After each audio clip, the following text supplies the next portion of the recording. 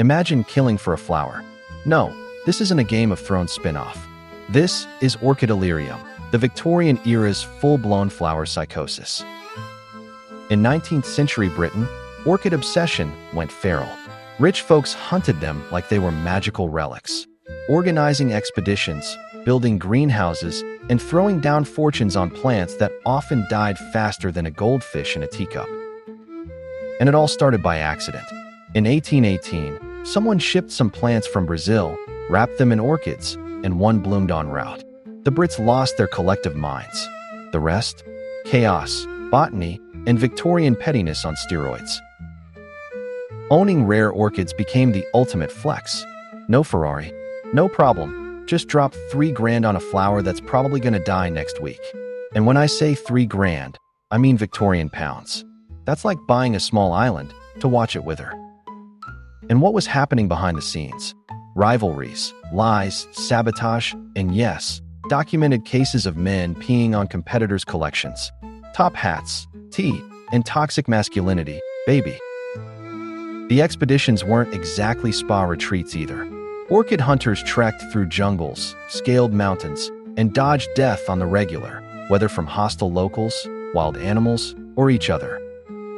Some carried guns. Some didn't make it home. Some lied about orchid locations to throw off rivals. And some just straight up destroyed each other's findings to keep the glory for themselves. Meanwhile, the plants were suffering too. Shipped in crates, choked in humidity, tossed about on ships. And if one survived the voyage, it became pure gold. A botanical Bitcoin, if you will. Back home, only the rich could afford the elaborate greenhouses and heating systems orchids needed. And once those flowers bloomed, society parties, headlines, and bragging rights. Oh, this little thing. It only took 5 men, 3 continents, and 1 minor gunfight. But, of course, there was a cost. The relentless hunt for rare orchids wrecked ecosystems, pushed species toward extinction, and exploited local communities who were paid pennies to guide posh British collectors through deadly terrain. Colonialism with flower pots. Some collectors even destroyed rival findings out of spite. One story claims a guy literally urinated on his competitors' orchids to ruin them. Classy. And the obsession seeped into culture. Weird, vampiric orchids started showing up in Gothic fiction, feeding the West's love for the exotic, dangerous, and totally misunderstood other. Eventually, though, the madness burned out. World wars, economic collapse, and common sense kicked in. People traded orchids for rations, and greenhouses became relics. Modern tech brought mass-produced hybrids, turning elite symbols into housewarming gifts. Today, anyone can grow an orchid, but the shadows of the past still linger. And here's the kicker. How far can we chase beauty before we destroy the very thing we love? Orchidelirium wasn't just a weird footnote in floral history.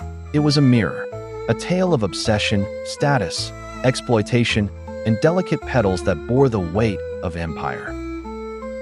So next time you buy an orchid, look deep into its mysterious little face and ask yourself, how many dead Victorians are haunting this pot? If you enjoyed this delightfully dark dive into flower madness, and you're into history that's weird, twisted, and way too real, hit that like button, subscribe, and tell me in the comments. What would you sacrifice for a flower? Time, money, a rival collector, perhaps? Stick around, because history isn't just dusty old facts. Sometimes it stinks, sometimes it blossoms, and sometimes it kills.